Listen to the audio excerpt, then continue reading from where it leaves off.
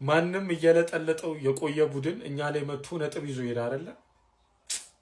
ፓልመር መጥፎ ቃላት እንድናገር እያረከኝ ነው። ምን አይነት የወረደ አቋም ነው ይሄን ሰሞን እያሳየኸኝ ያለው እንዴ? ማንም እየመጣ ጥጉን የሚያስይዘው በርንሊን ሁለቱን ታርጌት ሞክረን እንወጣለን። አረ ያሳፍራል። አረ በጣም ነው የሚያሳፍረው። ፓልመር ስላልኩኝ ፓልመር ብቻ እንዳትሳደብ ጀማአው። እንደ ቡድን እኔ ምን ልበላችሁ? እንዴት ብዬ ላስረዳችሁ? የዛሬውን ጨዋታ ገባን፣ ሜዳ ላይ ኳስ እንዲህ ተነካኩ፣ ወጡ። ሌላ ምንም የተፈጠረ ታሪክ የለም ማለት ነው። አጋጣሚ ያገኙና እኛ ገባን፣ እነሱም አጋጣሚ ያገኙ አገቡ። አሁን እንደዚህ እየተጫወትን ነው ቶፕ ፎር የምታስቡት ጀማው። አሁን በእንደዚህ አይነት ጨዋታ ነጥብ ያልሰበሰብን ከማን ጋር ነው ምን ሰበስበው? ውይ በስመ አብ በጣም ነው የሚያበሳጨው። በጾም ስጋ አትወጉም ቼላ በጾም እንግዲህ አትወጉም ስጋ አይሆን ቶፕ ፎር እንጆበሉት በቃ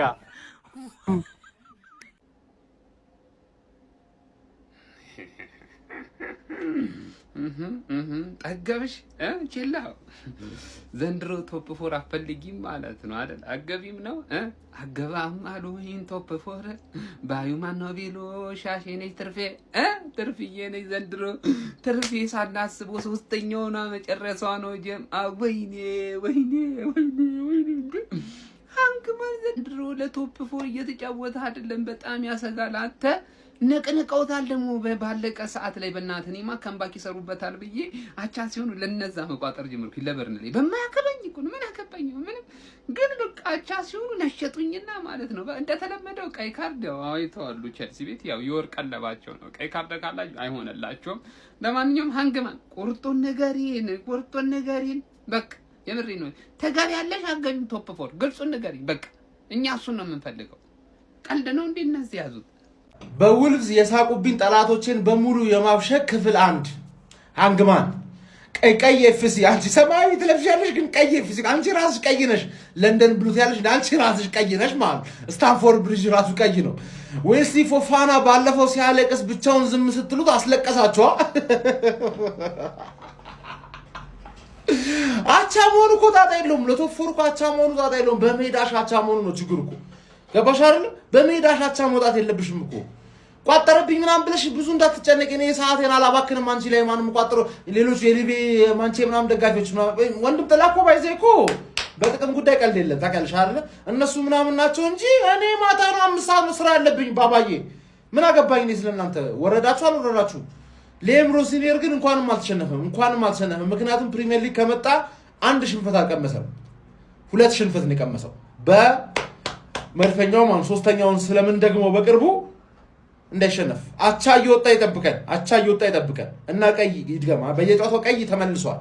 ይመቻችሁ። አይፎፋና ሁለት አህያዎች ይዛችሁ ገብታችሁ ከዛ የሚቀየረው ሌላ አህያ ማለት አደራ በዩ እሱ ነው ለካ መሸፈን የነበረበት ሽልማት አረጋው አደራ በዩ አደራ በላሻ። ፈርስት ሃፍ የሰራውትን ቪዲዮ ገብታችሁ ይዩ። በቃ ያስታውቅ ነበር እንዲህ አይነት ውጤት ይዘን እንደምንወጣ ያስታውቅ ነበር። ወራጅ ቀጠና ውስጥ ያሉት ቲሞች ነጥብ ያስጥለ ጥንቃቄ የሚፈልግ አይነት ጨዋታ ነበር እና ብቻ በቃ ውጤቱ በጣም ያናድዳል።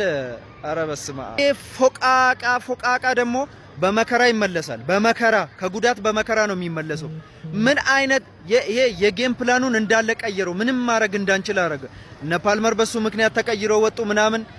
ሙሉ ጌሙን የቀየረው ፎፋና ነው። በቃ ያው የቲሙ ችግርም እንዳለው ነው ማለት ነው። ምንድነው ቼላው? ምንድነው በቃ አልቻላችሁ።